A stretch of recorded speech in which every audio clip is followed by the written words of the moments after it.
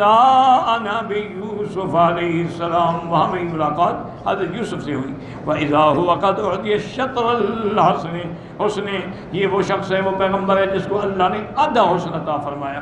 تو اب بعض علماء فرماتے ہیں کہ مثلا اللہ نے حسن جو بنایا، پیدا فرمایا، اس کو آدھا دیا صرف یوسف علیہ السلام کو، آدھا ساری دنیا کو۔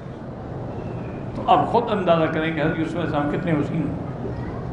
لیکن تمام روایات سے یہ بات واضح ہے کہ اگر آدھا حسن ان کو ملا ہے، لیکن سب سے افضل اجمل تو حضور محمد مصطفیٰ صلی اللہ علیہ وسلم۔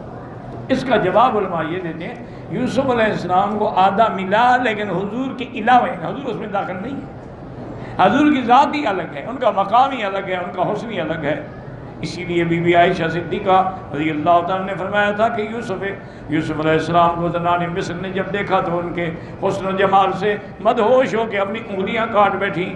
واللہ لو رأینا جمال محمد لقطعنا قلوبہن، بی بی فرماتی تھی خدا کی قسم ہے اگر زنان مصر میرے مدنی کا جمال دیکھتی تو اپنے دلوں پہ چھریاں پھیر دیتی، انگلیاں نہ کاٹتی، پھر وہی ختم ہو جاتی۔ تو اس لیے بہرحال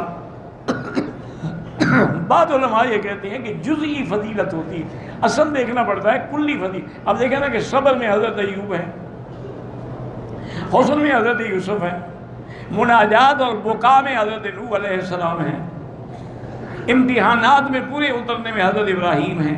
تو یہ جزئی فضیلت ہے، جب سب کو جمع کریں تو سب سے افضل محمد مصطفیٰ صلی اللہ علیہ وآلہ وصحبہ وسلم تسلیما کثیرا کثیرا۔